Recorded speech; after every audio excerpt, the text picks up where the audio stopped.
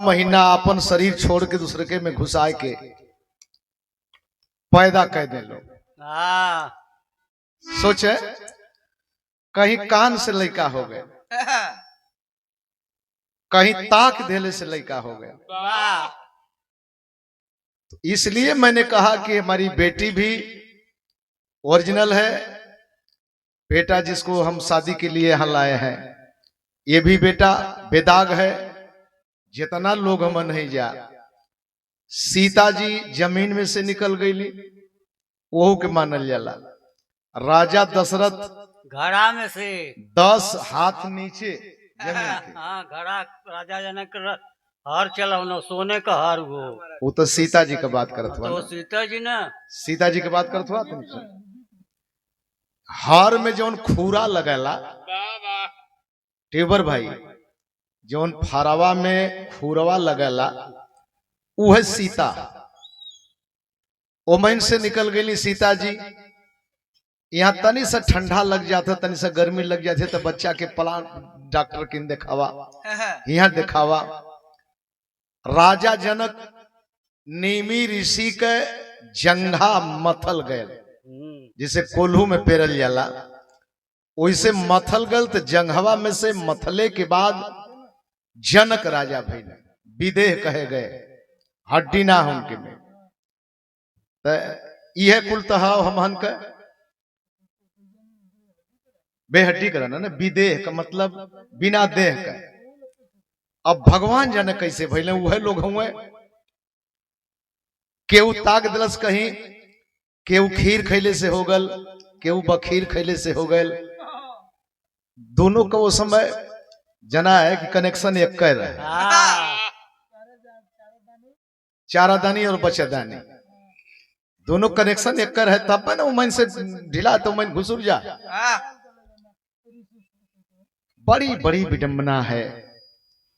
इसलिए मैंने कहा कि बेटी भी हमारी माँ बाप से जन्मी है, बेटा भी हमारा माँ बाप से जन्मा है। हम सारे लोग बेदाग हैं। अब जितना दाग लगा दा, यही पर फुंसायल कोनो लड़का रहल, कहीं एक्सीडेंट भयल है, एक्सीडेंट में जनता पहुंचल बा, हाय हाय मचल है।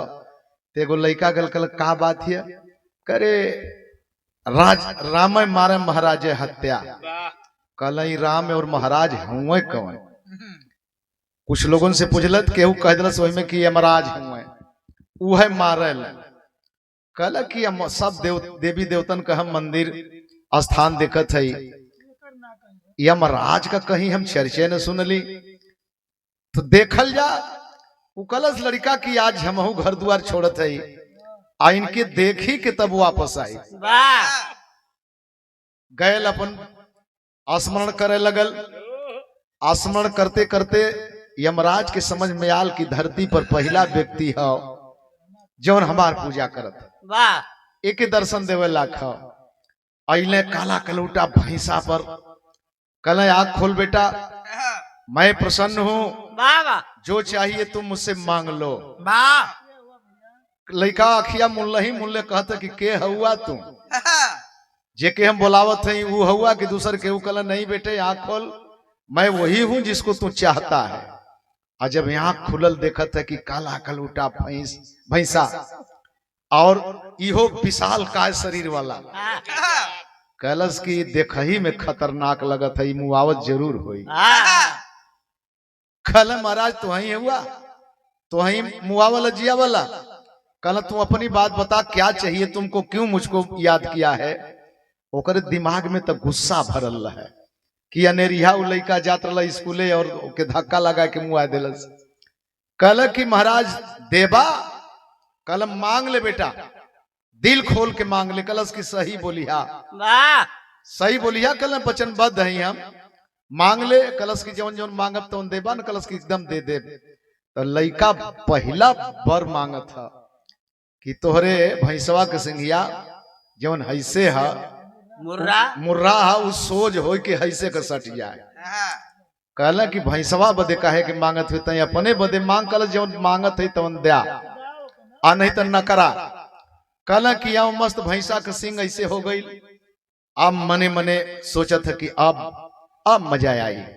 कहला दूसर का मांग ले बेटा, कल दूसरका मांगत है कि तू वही सिंघिया पर जाए के बैठा जमराज के तव हमके कल सिंघिया पर जाके बैठा कहना बेटा ये तू फंसा रहे हो, अरे अपने लिए कुछ मांग ले, कल जौन कहत है तवन दया, हमके जौन मांगे के तो मांगत है।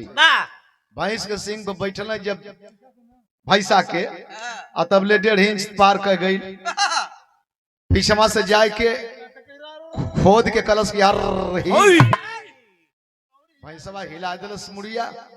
अभी थोड़ा देखा था कि यमराज हुआ कि धर्मराज हुआ। फिर कहले बेटा जल्दी कर तीसरा मांग कलश की घबरा मत, बड़ा जाने की मोले हुआ। तीसरा का मांगा था कि भैंसा का सींग जैसे रहल है वैसे हो जाए। कहले सरवाई तो पोस्टमार्टम कह देला, तो हमार पोस्टमार्टम कर दिला, निके पूजा कैलस, मजबूरी में देवे के परगल, लेकिन देहल कहवा जानत हुआ याओ कह के नीचे कूदल तब मस्त नीचे कहल। कभी कभी ऐसा चीज हो जाला और अब हमहन का कौन औकात बा, लेकिन इतना तो है कि हम लोग न कान से हैं न मुंह से हैं न नाक से हैं, तो जैसे आपने प्रकृति को दिया है वैसे है।